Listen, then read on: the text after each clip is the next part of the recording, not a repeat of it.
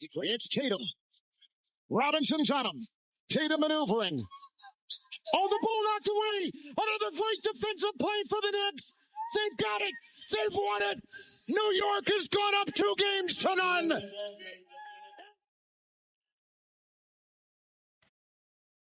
The comeback Knicks using the Nova Knicks to take a 2-0 series lead over the Boston Celtics. They trailed by 20 in both games 1 and 2 and came back to win both of them on the road. Welcome to Playoff Central Live, presented by AT&T. The three-time champion UD is here, and also George Niang, member of the Atlanta Hawks. Guys, so much to get through here, but the Knicks, this is the third time this postseason they've come back in a playoff game being down by 8 in the fourth quarter.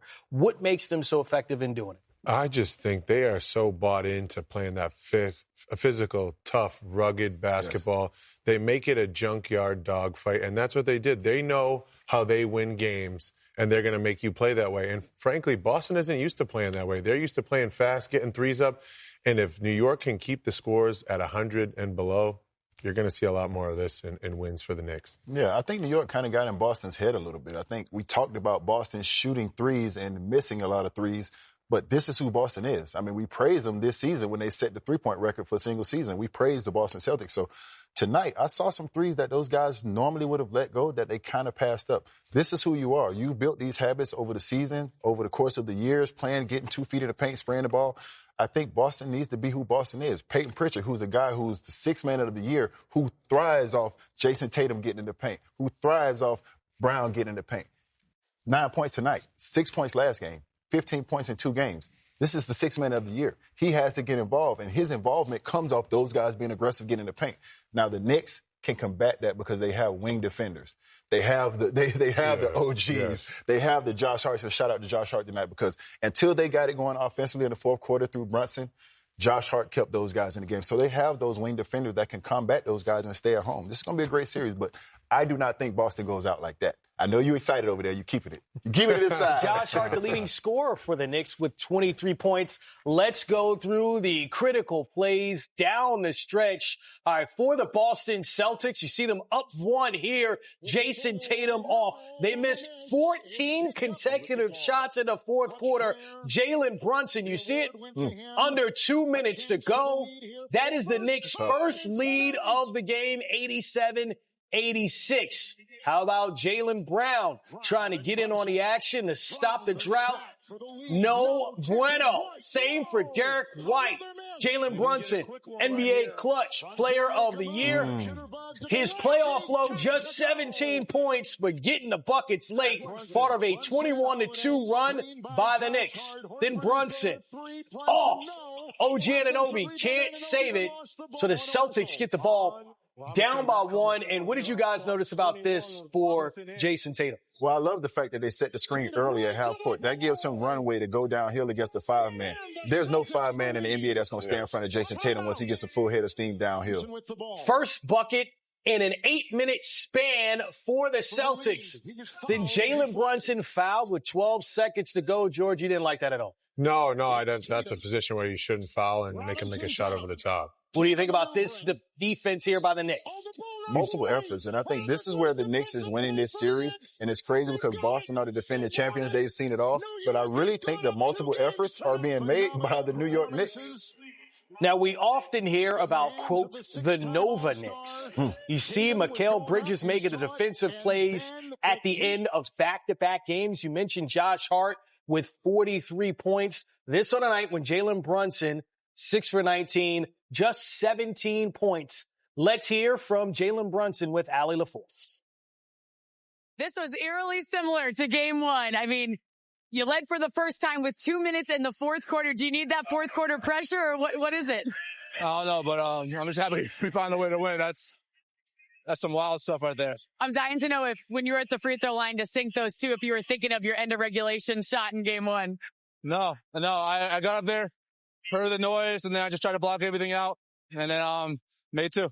The narrative after game 1 was, well, the Knicks won because Boston missed so many threes. But you proved tonight it had nothing to do with how many threes they missed, everything about the talent and the determination of this team. What'd you prove? We're just going to keep fighting. We just got to keep each other in the locker room, focus on each other, focus on us, and just focus on one thing at a time, never focus on game 3. MSG is ready for you. Thanks, Jalen. Thank you. Appreciate it. It's a 6th consecutive game decided by 5 points or less for the Knicks in this playoff run. But you look at the fourth quarter, outscoring the Celtics by 13. They were, of course, down by 12 heading into the fourth. And here's the thing, George, you pointed to this at the beginning of the fourth quarter. Karl Anthony Towns, Jalen Brunson on the bench, and it was under 7 when Brunson came back in, and it was like, okay, they're waiting for a while to get him back in the game. What did you make of that and how it ended up working out for the Knicks? Yeah, I was a little unsure of why they didn't come in a little earlier, but, you know, that's why Tibbs is the coach that he is, right? Yes. He knows what buttons to press, what guys to play. And just frankly, I think the Knicks are just wearing the Celtics down at this point. To have a team go 5 for 24, to miss 14 consecutive shots for another night in a row, you have Boston star players not shooting to their averages. I think the Knicks are really just wearing on the Boston Celtics. And we mentioned this before the game of Karl Anthony Towns. He had back-to-back off nights, right? He had a double-double in the first half, 14 and 10, finished with 21 and 17, but efficient from the field as well. Really imposed his will and got into the action early and often. Yeah, and if you're the New York Knicks, you can go to this even more. I think in the second half, they kind of got away from it. They tried to go in. He got a cheap offensive foul, but this is something that you can go to 7 days a week and twice on Sunday. He's always going to have he's always going to have an advantage. If you're big, he can take you out of the perimeter. He can shoot it so well that you got to close. He can go by you. And if you're a small guy, he can get in the paint. He can punish you. He can go up. And if he gets 2 feet and you come, he's skilled enough to make the right plays. So this is something the Knicks can go to any night if they want. You know, we talked about the quality of three-point shots in the first game and the difference between that series against the Orlando Magic for the Celtics. They shot a third of the threes that they shot in game 1, 40, but they still shot just 25% from long range. What are you seeing and why they're incapable of shooting a higher percentage? Yeah, as a shooter, it's a mentality, right? Even though when you miss, you still have to take the next one, right? And I was talking with UD about this. I think they're a little hesitant. You know, there's some shots that they are turning down that is Boston Celtics basketball. Like, let's not get this wrong. They should be shooting more 2-pointers. But like you said, shooting 3-pointers is who they are. This is what they do. We've complimented them for this. So I don't think they should get too far away from who they are. But at the end of the day, they're going to need to start making some 3-point shots. And that's all stepping in with confidence, not overthinking it. Yes, you missed some shots first 2 games, but that's why it's a 7-game series. Yeah, I mean, and the other guys, those are the guys that are really the guys that they need to step up. Tatum and Brown are going to have the ball in their hand. They have to exploit those one-on-one matchups. They have to get in the paint. They have to be aggressive. They have to be explosive. But we need Peyton Pritchard. We need Al Horford. We need these other guys to step up. Kristaps Porzingis. What is going on with that? They need those guys. And the burst that he gave them when he came back last year, they need something like that. He is not their best player, but he's their most irreplaceable player. They don't have a 7'3" guy who can stretch the floor and can also go down in the paint. And with his size can protect the basket. Yes. So they need that. Yeah, Kristaps Porzingis did not play the second half of game 1, 14 minutes all of game 2. Joe Mazzulla had some interesting things to say after game 1's loss about the 3-point shooting. Let's listen in. The defending champions head coach, Joe Mazzulla.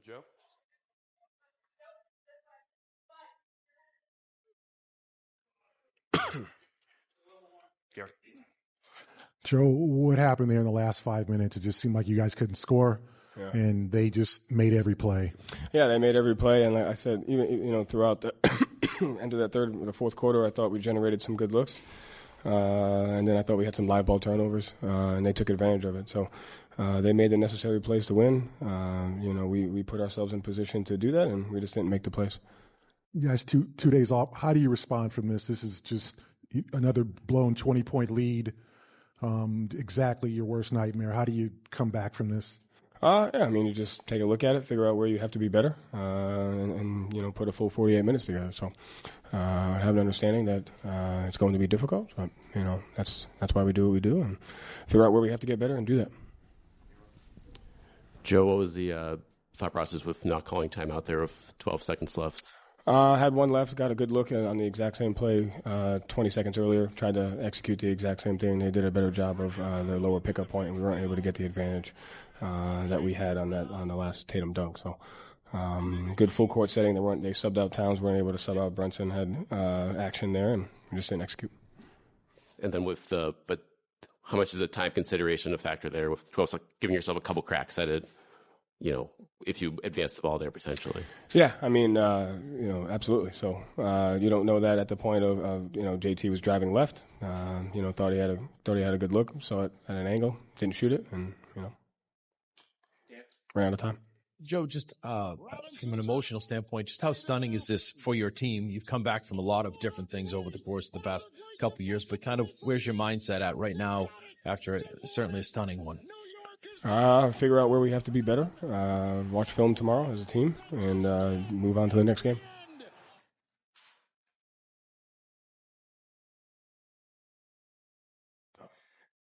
Joe, you talk about poise a lot. It's 2 straight fourth quarters at home that you guys haven't been able to execute down the stretch. What has gone into that? I'd say it's probably 60-40. I thought we executed and got some really good looks that we missed, and then I thought we had some live ball turnovers, just making the wrong read in that. So I'd say it's about 60-40, where when we got some open looks, we got to make them, and then we got to do a better job executing, especially not having live ball turnovers. And I know this is a lot of hindsight here, but last season, you guys found a lot of ways to win close games, and then in the playoffs, you did the same. This year, when you had the rough patch, you were finding a lot of ways to lose these tough games, and that habit, for lack of a better word, seems to be coming back. Do you see a correlation there? Was there something from earlier this season where you weren't finishing games off like this that's coming back to bite you now? I think regardless of what time of the year it is, if you don't, when you get the shot, if you don't execute it, and when you have live ball turnovers, you make the necessary plays to be able to win. It puts pressure, and you're playing against a really good offensive team that can generate the same type of shots. And I thought they made them, and we didn't tonight. And you can't turn it over in those situations either. What have they done to force Jason into a couple of inefficient games here, and what does he need to do to combat the way they're defending him? I think game one wasn't inefficient as I thought he just missed some really good looks. I thought today he passed up some ones that he was able to take. And so, their switchability, their ability to impact shifts, definitely impacted him tonight. So, I thought he missed some easy layups in the beginning of the game. I thought he missed a couple there in the third quarter. But, they do a good OG Anunoby's a good individual defender, and they have good shifts and help behind. Sure, went behind Hack and Mitch to put them into the bonus, and then they just simply pulled him out and put Anunoby in. He's a plus 21, and he's really effective for them. And that's something that we need to do. We need to do a better job in those minutes. Is be more effective when he's on the floor. So plus 19, sorry. So it's just kind of basically getting him off the floor. Like that was the. If you can, yeah. We have to do a better job of offensively attacking him, attacking the team when he's in. And, obviously he poses a threat on the offensive end with his offensive rebounding. So we got to do a better job winning those minutes for, him to be plus 19. He's one of the reasons why they were able to win the game tonight. Similar to that, Joe, do you look at the result there, kind of what follows that, and take that into account? Or do you generally kind of feel like that's the right approach in that situation is to get him off the floor and foul him there? What do you mean? Like they go on a run at, Towns goes at Horford right after that and gets a 3-point play. They end up winning the game right after that. Do you see that as related, or do you kind of see? No, that has nothing to do with it. On the 3-point play, there was a pin and screen for Brunson. We just had a miscommunication to send 2 at the ball, and then Josh Hart got a layup, and then that led to a Towns offensive rebound. So those two things don't go together. So you're good with the decision to foul Mitch there? Yeah, he's a plus 19. All their starters were in the negative. Yeah. Joe, you stay even killed after losses. Like, it's just on to the next, but at the same time, like, no one likes losing. Is there any part of it that, like, can use that frustration or the anger after a loss to, like, go into the preparation of the next game, or is it a completely, like, clean slate after a game like this? You're down 2-0 heading on the road, so, you have an understanding of your environment, what you're up against. There's also, obviously, a lot of things that we're doing well, but then there's things that we need to be extremely better at in those situations. So, obviously, you have an understanding of the environment. You're down 0-2, so. We got to get on the road, and we got to find a way to win. Joe, you mentioned that Jason was passing up some shots early on. Did you feel like the 63s from game one, maybe kind of they overcorrected a little bit? And did you feel like anything about the 20-point lead with 4 minutes to play, like there was a little bit of that looming memory that lead was blown in game one? Like, did you feel like there was any impact? I don't think so. No, I think he just tries to make the right play or the right read on each and every possession.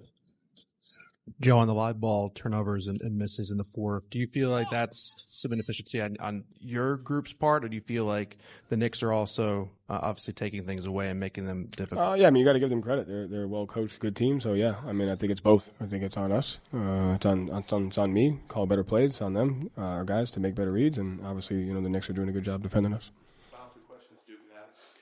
Joe, the fact that you guys were so terrific on the road this year, and after these 2 losses, only the third time this year you've lost 2 in a row. Do you take solace in the fact that your team almost has played better? They have played better on the road this year. I mean, just take solace in the fact that we have a challenge ahead of us, and we got a chance to go after it together, and we got to do it. So we don't really have a choice, and just got to figure it out. Obviously, the way these losses transpired, it's unusual to have the 2 20-point leads late in the second half. How do you avoid a mental fracture from that and not let something like this affect guys' mindset and kind of focus moving forward? I mean, I don't think that'll happen. I just kind of trust the type of guys that we have. At the end of the day, we got to just find a way to win. Done it before. We just got to, continue to try to do that. Thank you. Knicks have won a franchise record 5 consecutive playoff road games. And, George, you notice a sense of style of how the Knicks got it done. Even though they played a slower pace, they won the fast break points battle. Yeah, Boston is known for its up-tempo and fast-paced playing. And when a team that plays as slow as the New York Knicks is outscoring you in your fast break points, that's never a good sign. I think for Boston, this is 2 games. You've been up 20-plus points. Going into in the second half, and your execution has lacked to let New York come back and take over this game and win.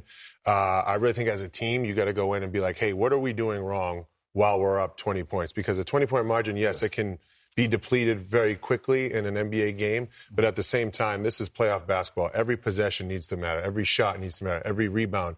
And at this point, it just seems like it's a little more important to the New York Knicks than it is the Boston Celtics. And to that point, when Brunson and Towns were on the bench, Mikal Bridges in the fourth quarter. Wow. All of his points came in the fourth, all 14 of them, but really picked it up and carried the scoring load. When you look at what the Knicks gave up for him, it seems like, okay, this is it paying off here in this playoff series. Always on time. Like always like Ja Rule in the shots. I mean, he is making timely shots. He's not the guy that they're going to go through for 4 quarters, but he's getting to his spots when they need him to get to his spots. He's pulling up, getting out in transition right here, pulling up on 3 because he's got his confidence going. And this is a guy who hasn't necessarily shot the ball well. But when the moments are the biggest, that's when he has been shining his brightest in this series so far. So what I said earlier, when you get scoring for him, that is a bonus. He is out there to guard, bring energy, lead, hold guys accountable. But the scoring he brings to the table, he can also do that, and that is a bonus that you're going to get from him. The game-sealing steal in both games 1 and 2, courtesy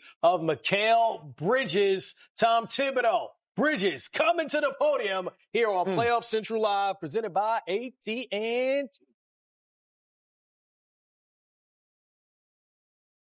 Game 2 between the Knicks and Celtics. Your clutch player of the year, Jalen Brunson. Your perennial all-star, Jason Tatum.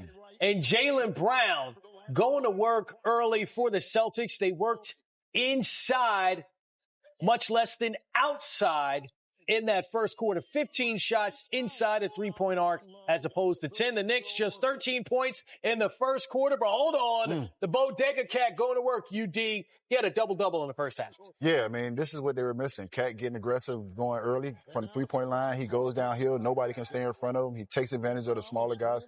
Like I said, this is an advantage that the Knicks are going to have throughout this series, and they're going to have to make sure they get the balance of making sure Brunson gets his, but also going to Cat and keeping him involved. And it seemed like the Celtics had a balance in the first half offensively. Jalen Brown getting downhill, back-to-back buckets. Then Derek White stroking from outside. Celtics take a 16-point lead, but the Knicks in the first half on 11-4 run. George, they got this deficit down to 9. It seemed very important. Yeah, no, extremely important. I mean, I think they were always in the game. The Knicks are just going to guarantee you to be a thorn in your side, right? They're never going to go away. Their style of play is just that they're going to hang around, and the Celtics let them hang around a little too long. Yeah. It's a 20-point lead after that Kristaps Porzingis dunk. Those Nova Knicks connecting at the end of the third, and UD, you were like, they got that 20-point lead down to 12. Yeah, when I saw them going into the fourth quarter, you're down 12 on the road, and you've been fighting, and you could have let go of the rope when it was 20. You're encouraged as you're the road team, and you're going into that fourth quarter saying, we got the momentum. Let's play it out and see what happens. Well, the Celtics struggling from outside. They missed 14 consecutive shots during an 8-minute span in the fourth quarter. And the Knicks, they were down huge. They were down by 12 and trailed by 16, and here they come. It was a 13-3 run, or 21-2 run as they get buckets inside, and nothing was coming easy for the Knicks. Jalen Brunson, the fadeaway. It's their first lead of the game with under 2 minutes to go in the fourth. Then Brunson again, your clutch player of the year, just 17 points. Jason Tatum breaks the seal, and the Celtics up by 1 with 18 seconds to go. Brunson's foul nails the free throws. 91-90, UD. What do you make of this final possession by Boston? Well, I love the fact that Tatum made the adjustments, because last time when he had Mitchell Robinson on the island, he took the step-back three, so he tried to get in the paint. He tried to be aggressive right here, but multiple efforts right there. You see him come off her man, and they get the block right there. And I think that's how you finish the game. It's not enough time for him to make another play, so you got to go for that block and make it a difficult shot for him if you're Mikal Bridges. Yeah, we've been talking about Mikal Bridges. What a savvy play. Last game, he gets a steal against Jalen Brown. This game, he leaves Jalen Brown to go get a block on Tatum. You just can't teach these things that these guys on the Knicks are doing on the defensive end, whether if it's Josh Hart, OG Anunoby, or Mikal Bridges. They're just so defensively savvy, and they're, quite frankly, dominating on the defensive end. Yeah, a franchise record, 5th consecutive road playoff win. Their 6th straight game decided by 5 points or less. Here's head coach Tom Thibodeau on the back-to-back 20-point comeback wins against the defending champs. What can you say about your team? Back-to-back games, 20-point deficits, coming away with 2 victories. Yeah, and that's the playoffs. You got to keep fighting. Every possession matters, and you got to play all 48 minutes. And so we started slowly, got in a big hole, dug our way out, and then guys made a lot of tough plays. They were at their best when their best was needed down the stretch. Coach, as far as I know, this is the first time in the NBA playoff history all the road teams won game 1, and the second game you won. There is no more home court advantage in NBA?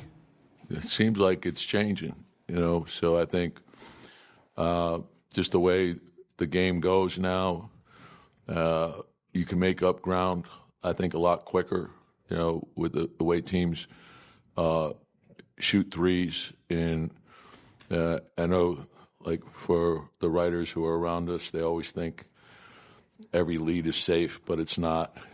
And so everything does matter. Tom, on that last play, just, I guess, walk us through a little bit. It looked like Mitch and OG basically forced him to the left, and what you saw from there. Yeah, and I thought there was good team defense on that.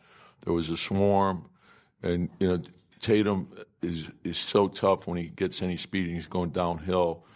So you need bodies in front of him, and then the pursuit from behind is also important. But I thought in the fourth quarter our defense was outstanding, and that's what we need to do for the entire game. And I was still really concerned about the rebounding. We have to fix that. Obviously, you don't want to get in the habit of 20-point comebacks. What does that say about the character of this team?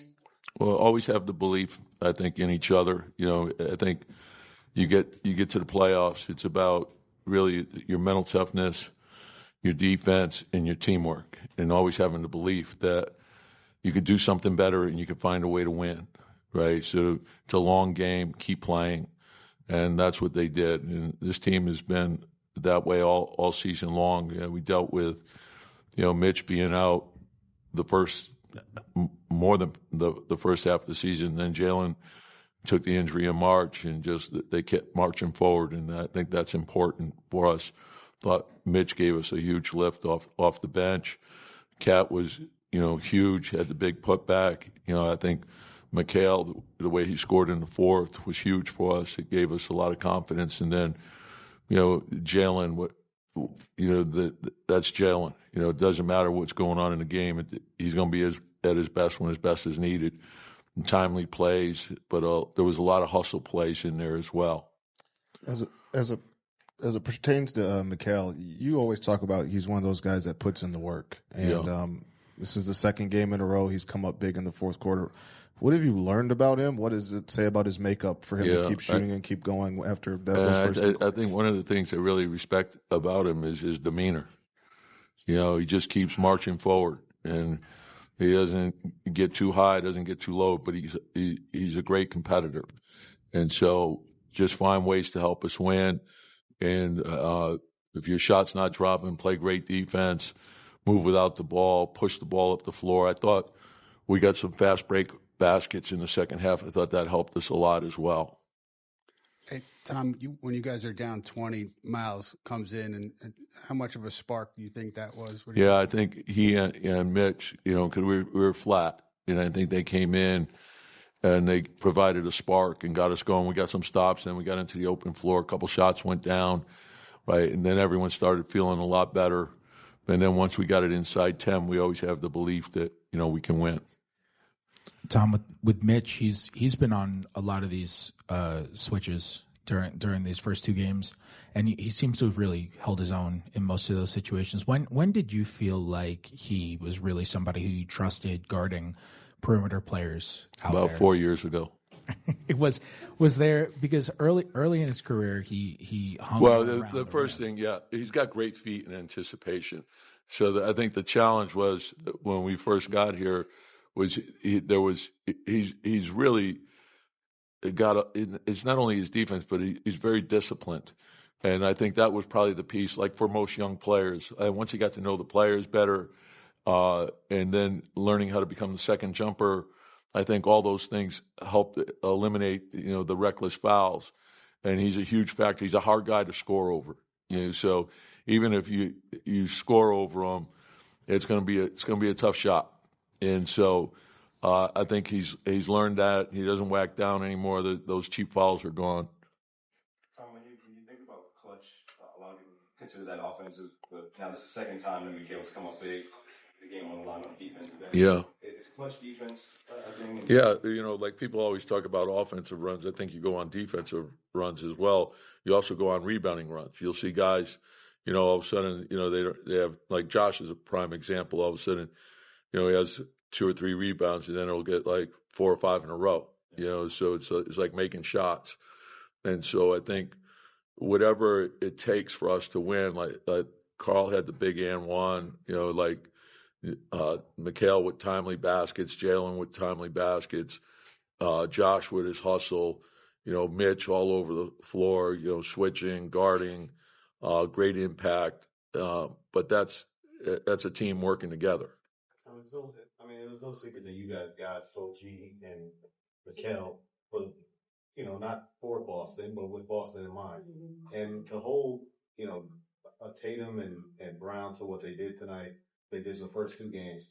Is that kind of what you envision? Well, not necessarily. I think a premium has been put on long wings in the league, and versatility. So guys who can guard 2, 3, 4, and even, point guards as well.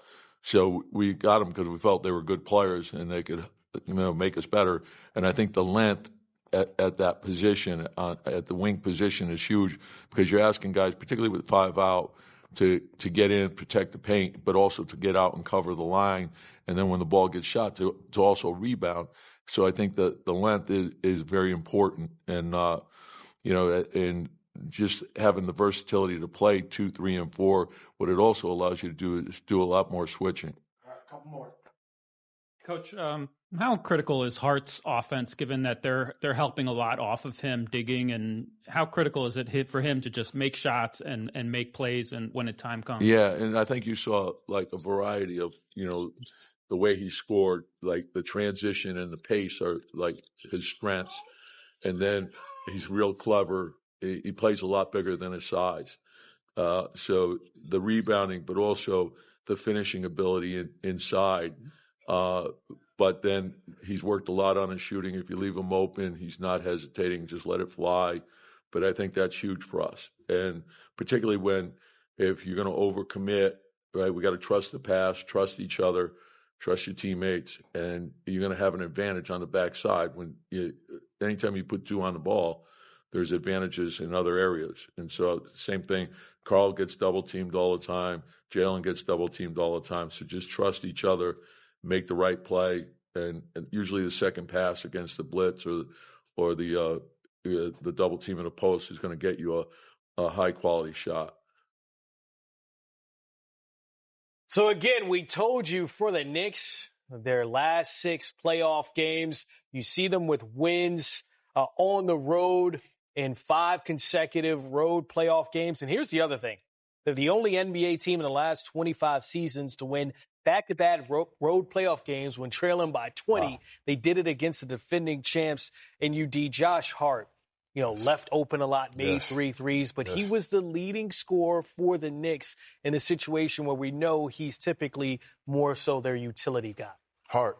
All Hart tonight. I mean, when we talk about those other guys not getting it going early, he was getting offensive rebounds. They were purposely leaving him open. Every time New York got in the paint, it would be his man to help. Once again, Tatum goes to the paint. From all the way over there, Josh Hart is wide open. Blocking shots on Uncle Al right now. We getting on the floor. Like you said, George, I really think the multiple efforts, and it seems like it means just a little bit more to the Knicks right now. Getting back right here, coming off the pick and roll, switching, rolling. Nobody box me out, run down, get an extra possession in a tight game on the road. Extra possessions matter. He's going to get you as many extra possessions. These are winning basketball plays. Great defense right there by Brunson, not fouling.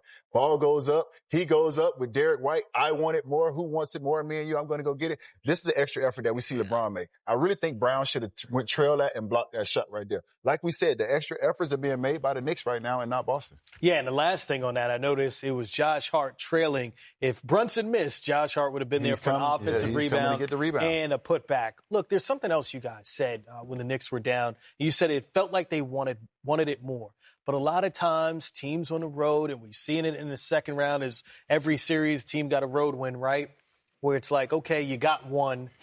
You took home court advantage away from the higher-seeded team. But for the Knicks, George, they were not satisfied with that, even though they were down big in the second half. Yeah, UD, you can attest to this, too. After you get one on the road, you're, what's the saying? You say, let's get greedy, right? Yeah. Go out there and let's get 2, and let's make this journey quicker. I wouldn't say easier, but more not as hard as it should be, right? And I think the Knicks hung around long enough to give themselves a chance. And like Josh Hart, man, you talk about a guy, it's like home insurance, right? He's reliable, right? Yes. Every night you know what you're going to get. Either he's rebounding, he's stealing the ball. Tonight he was scoring. And I think the Knicks just did a great overall collective group. Like they're just having more intensity and more grit and more will. Yes. And in the playoffs, those multiple efforts, those things matter because getting your team extra possessions means more shots, more chances to score, more chances to win. And that's just how the Knicks won tonight. Yeah. How about this? The last time the Boston Celtics lost back-to-back playoff games was when? Do you know? I can guess. Yeah? I can guess. 2023, you were on that team that beat them. And they came back and won 3 in a row on our ass. We still won the series, but they came back and won 3 in a row. But they have seen everything but to win, the Boston Celtics. There's no time to panic right now. You had 20-point leads at home. Mm-hmm. So you go in that locker room and you say, we could have won these games easily if we just fixed this, that, and the third. So now you go on the road, you make those adjustments, and understand the Knicks feel like they have cracked the code. Yep. So you're walking into hell when you walk in over there right now because they feel like they have cracked the code. So it's going to be a hell of a matchup, but I still think that this goes 7 games. I mean, look at the three-pointers. We can do easy math on that because that's 25 made threes to 100. That's 25%, George. And as a professional shooter, that's way beneath what you want to see in a playoff series. Yeah, as a shooter, I'm looking at this, right? If I'm a shooter and I shoot 25%, that means they're going to start going in. You're out of a job, yes, right? Yes. Yeah, I'm out of a job too. But they're going to start going in. And listen, Boston doesn't need to panic. They just need to play their game. And that's continuing to shoot the right shots, make threes. Obviously, they're going to need Kristaps Porzingis to get healthy and be back. But I think they still need to stick to their guns. They've found ways to get 20-point leads. Now, what are you going to do now to go back and look? And how can we keep those 20-point leads? Yes. That's what it's going to come down to. Here's a huge thing that we're seeing develop in this series, and that's Jason Tatum, the fourth quarter of these back-to-back playoff games. Look, we know he's their star. He's their perennial first-team All-NBA guy. but 1 for 12 from the field, 0 for 7. And the one made field goal is the dunk that we saw when he got downhill. So what are you seeing and why he's struggling in fourth quarters in these last two games? Well, if you look at the game, I think the Mitchell Robinson minutes were very important for New York. He was plus 18 or plus 19. I really feel like in the 5-out, I feel like Boston should go into a little more of a pick-and-roll offense. Yes. Get him a little bit in the paint, use his size, get a smaller guard or whoever's defending him on his back so then he can make plays, either lay it up or get a pull-up jumper or make the pass. But I feel like the 5-out right now is hurting Jason Tatum. I think we need to put him more in a pick-and-roll, put him at the top of the key, pick-and-roll, let him get in the paint, make plays, and use his size. And I think that'll help him get going a little bit. And after that, then the threes will start falling when you start to see a couple easy ones getting downhill on the pick-and-roll. You have to combat those Mitchell Robinson minutes because those minutes were very important in a tight game. Him being plus 18, plus 19, that can be all the difference right there. So another thing about Jason Tatum, we have to remember against the Orlando Magic, he sat out his first playoff game with a wrist injury. Do you think that has anything to do with his shooting struggles? I like to say that it doesn't, but obviously injuries are injuries, right? And, there's obviously something in the back of your mind where if you're missing a playoff game, you're obviously injured enough to be worrying about, okay, does this feel right? Does this not feel right? What I do think it has affected is I don't think Jason Tatum wants to continue going there and getting knocked down the ground every single time. Orlando is a tough physical team, probably one of the two most physical teams in the East, and then you have probably the toughest or the most physical team in the East in the New York Knicks. So he's playing two teams that are more interested in being physical with you than using a finesse game. So I can understand why he's, settling more than getting to the rim. But you can also understand that, maybe his wrist is bothering him, and that is why shots aren't falling right now. Hell no. I'm not giving him that excuse. And I know Jason Tatum personally, and he won't give himself that excuse. Once you line up and you get in between those lines and you're in the playoffs, it doesn't matter. And I know Jason Tatum personally, so I expect Jason Tatum to fully go out there the next game. I don't give a damn what's wrong with his wrist to be Jason Tatum. You see that Heat culture find a way, right? Jason Tatum, now part of Heat culture. JT, I tried to look out for you, UD. man. We should also note with Jason Tatum, in the first game, he took 15 threes. Tonight, just 5 threes. Made 4 buckets inside the arc. We'll hear from players next on Playoff Official Live. Put him in the pick and roll, Joe. Put him in the pick and roll. Well, the Boston Celtics, despite the loss, a difference in getting quality shots in the paint, plus 8 from game 1. They had 42 points in the paint after just 34 in game 1. UD, can you show us how they got there early and often and really built that lead? I mean, they were very ultra-aggressive. They made a point to get in the paint and take advantage of their skill set. Right now, we see Brown on the perimeter. He can pass it. He can go and pull up for a 3. No, he gets in the paint, gets a pull, turn around, and gets an and 1. Now, again, we get the rebound. We're pushing it up the floor. I hate the pull-up threes. Boston makes these, but no, we're going to get this 3 off the pass. You know what I'm saying? Instead of the dribble. I love when they get the 3s off the pass instead of the 3s off the dribble. Now we talk about this we talked about this, George, that they should have exploited this a little more because we know Drew Holiday can post up against most guards in this league. They can go to Drew Holiday in the post right there, get 2 feet in the paint. We get an and 1 right here. This is what I think they need to go to in game 3 for Jason Tatum instead of the 5-out. Bring somebody over in the pick and roll, whether it be bringing Cat over the pick and roll or whether you bring Brunson up in the pick and roll and get that switch and attack him. Right now, they have 5 guys because of the shooting, so everybody's on the perimeter. This leaves an easy roll to the basket and a dunk for Cornette. And you also, like you said, we have Brunson as a low man, so he has a decision to make. Yeah, is he either going to help in and give up a 3 or he's going to keep giving up layups all night? I mean, I think the biggest thing that I saw there is you have a guy like Drew Holiday, right, who can post up little guards and score a few, alleviate some pressure off Tatum and Brown, because you need points when those guys are struggling to make outside shots, and I think that's a way you can get some easy, especially with Porzingis not playing as many minutes as we expected. Yes. Yeah, Jalen Brown, 20 points, 6 rebounds, 2 steals. The Celtics down 0-2 to the New York Knicks here in the second round. Here's your Eastern Conference Finals most valuable player and Finals MVP from last year. Jalen, with the way these first 2 games unfolded and now going back to New York down 2-0, what will you guys lean on as you try to turn this series around? Each other. It's an opportunity to show what we're made of. Obviously, we wouldn't like to be in this position, but we're here now, so we got to respond. Jalen. 20, but when Brunson hits the second free throw, were you surprised you guys didn't call a timeout? And then you still have the timeout when Jason looks like he was stopped in the drive. Yeah, I mean, that's just how the game went, I guess. They made a tough defensive read at the end. And, yeah, we just wasn't able to convert in the fourth quarter. That's what it came down to. Our defense, I thought, was great. We had physicality. We had energy on defense. Our offense let us down. Jalen, you guys are the defending champs. These are the games you're supposed to. You're up 20. You're up 12 with 6 minutes to go. You go 8.5 minutes or so without scoring a basket. I hate to say it, but you guys are supposed to find ways to score. These are the moments that they're the ones that look like they're playing with the poise, and you guys aren't. Can you explain why that's happened now 2 games in a row at home? I'm not sure. We've gotten to great starts. We guarded. We played physical with energy today. To start the fourth quarter, I thought we got 4 or 5 great looks in a row that didn't go in, and maybe that affected us. But what's done is done. Now we got an opportunity to see what we made of and, come out and try to make something happen game 3. We talk about habits being built throughout the course of a season. Last year, you guys built the habit. You found ways to win close games throughout the course of the regular season. That carried through.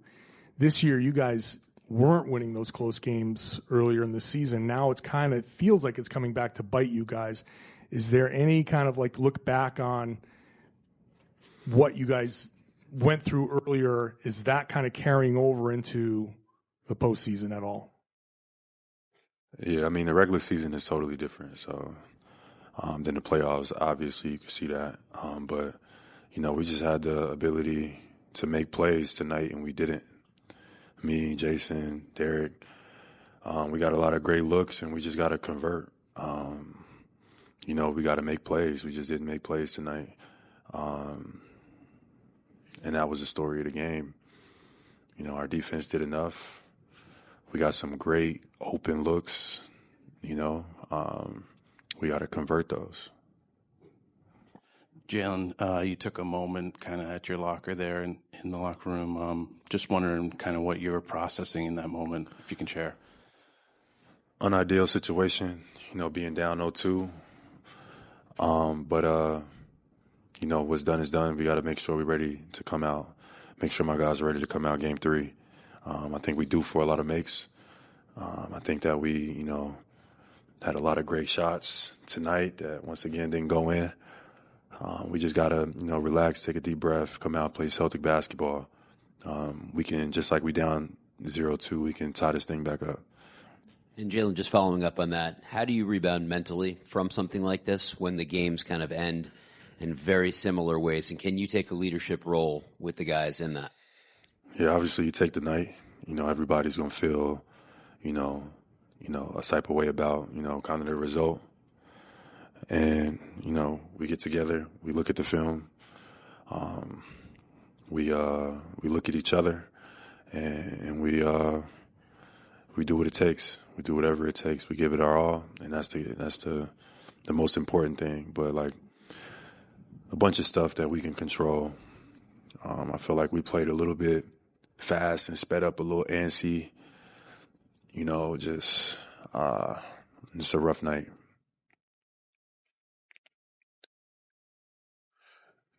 Jalen, what's happened? The last 6 minutes, it seems like there's kind of an uh-oh moment, especially when then here comes Brunson and they're closing out games and he's a closer. I mean, how do you kind of avoid that happening again where you're just looking from behind? You're turning your head and looking at them trying to catch you as opposed to just trying to finish the race. Yeah, I mean, just play basketball. That's it, that was it. Just convert. I felt like we got some great looks, at times, just be poised, take a deep breath and just go out there and do what we're supposed to do. We got to be better to close games. And we got to learn and respond fast. So that's the key. Well, Jalen Brown and the Celtics trying to figure out how to close out games against the Knicks. Meanwhile, clutch player of the year, Jalen Brunson, and another member of the Nova Knicks, Josh Hart, at the podium for New York.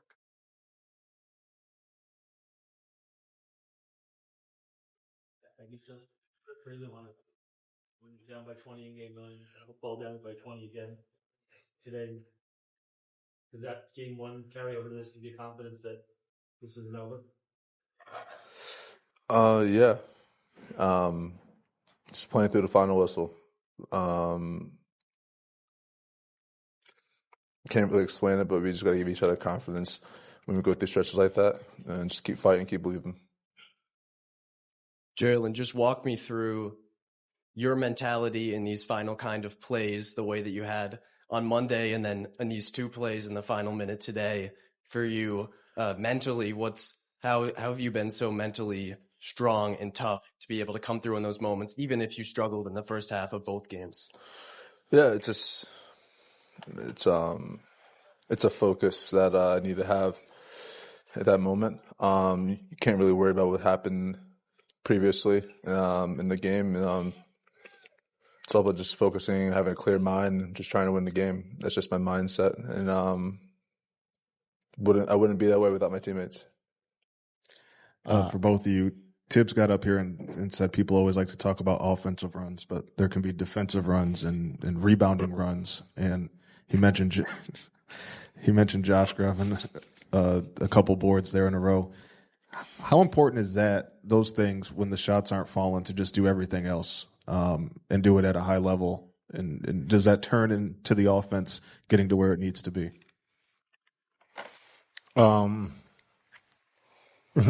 Yeah, I think so. When you're not making shots, you got to find ways to impact the game in a positive way.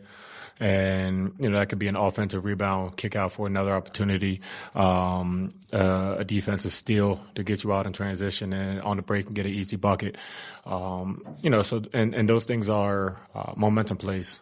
And, they really compound and they inspire your teammates. So, that's something that we all try to do. And, we know when it gets close in the end of a game, it's a one-possession game. We're very comfortable because we got Captain Clutch. How big is for you guys to go back home with a 2-0 lead? And what can you tell me about Karl Towns' performance? I mean, it's very important. Going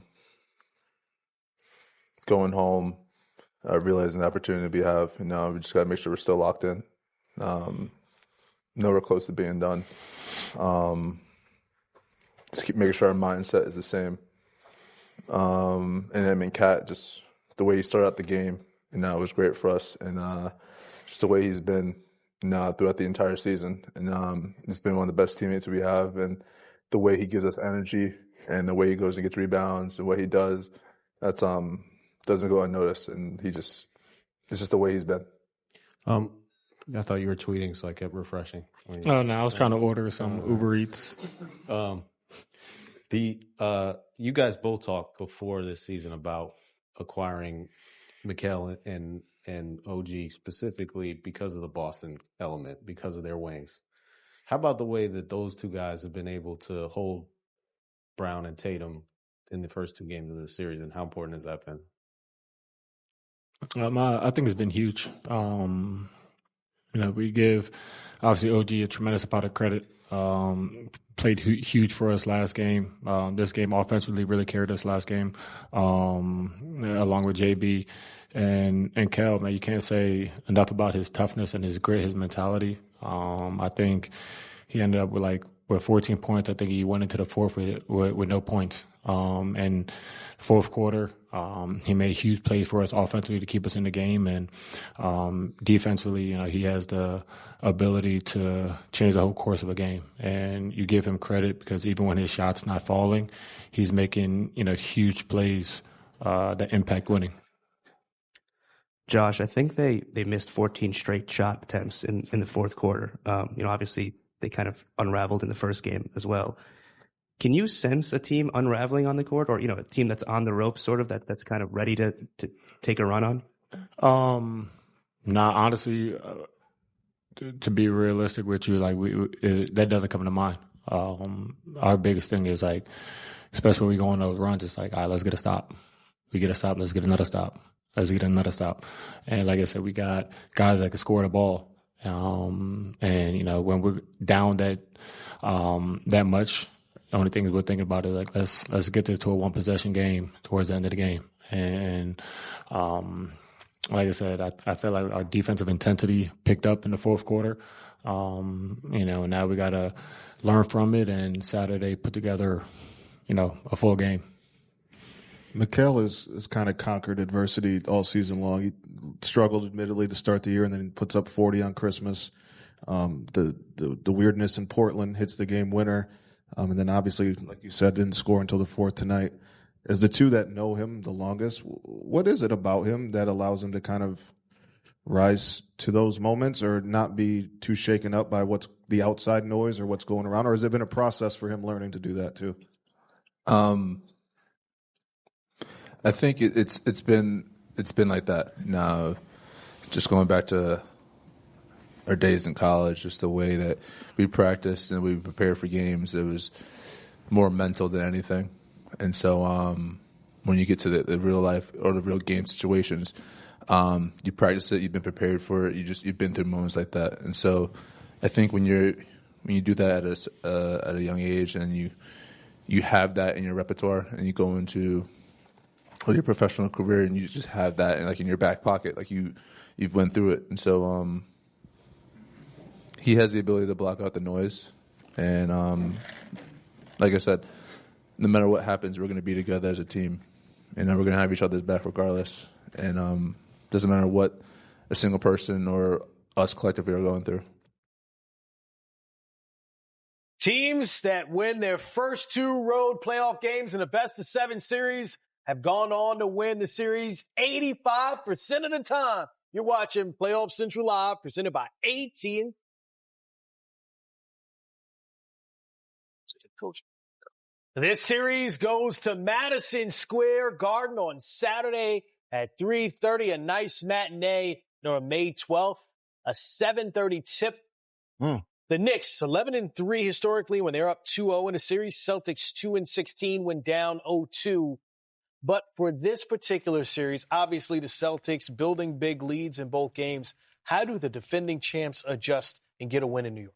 I mean, you lost 20-point leads in both games. So if you're on the other side of that, you have a lot to work with to say we did right. Now you go into the fourth quarter, you make those adjustments, but I still believe Boston just needs to be Boston. Yeah, people got on them and crucified them for missing 45 threes, but then tonight they came back and shot 40 threes, and they still didn't shoot a good percentage, and they still lost. Play and be who you are. We had a 3-0 lead against Boston, and they came back and tied it up, and we had to go into Boston and win Game 7. So just be who you are. Derek White, continue to be who you are. Be that guy that takes the charges like when you took that charge and then came back and got an easy bucket, and then they went on a little run early. Jason Tatum, continue to be that guy. Yeah, we know you can shoot the pull-up three, but we also know you can get to your spots and pull up like you left your phone against anybody in this league. Brown, you took it on your shoulders early to get 2 feet in the paint, be the aggressor, make sure guys come in double and get other guys involved. Just be the Boston Celtics. And by the way, it can't ever in those 48 minutes looks like it means more to the Knicks than it means to us. And that's the thing I don't like, because there's pockets within that game where it looks like the efforts are being made by the Knicks and it looks like it's more important to the Knicks. You are the defending champions. It's going to be even harder to go back and win again. Act like you know that. Act like you understand this. Yeah, no, 100%. I think, Boston has their backs up against the wall, but as UD said, that's when they play their best, right? They're going to have to continue to wear the Knicks out in the paint and continue to create driving lanes so that they can get into their offense. And their offense is driving in the lane, kicking out, making the Knicks have to rotate so many times that on the third or fourth rotation, someone has a wide open three or is driving to the lane and laying the ball up. The contested threes, the off-the-dribble threes, sure, you can get them at any time. But like UD said, they've been up 22 games in a row now. What are you going to do in your fourth quarter execution to make sure that you're taking home a victory? Now it gets even tougher because, as you know, MSG isn't a quiet place. Yes. But I remember what they said when they played us, and I'm going to say it again to them. Don't let us just get one. That's the mentality they got to have. That's the mentality that you're echoing through your locker room. Don't let us get one, fellas. All right, can you get me a bucket late? That's been Jalen Brunson, and in this one, Mikal Bridges. The Celtics going to need Jason Tatum and Jalen Brown to step up in those clutch situations. For more, if you want to hear from Jason Tatum and others, go to NBA.com or the NBA app. We will be here at the conclusion of the Thunder and the Nuggets. We'll see you then. Playoff Central Live returns.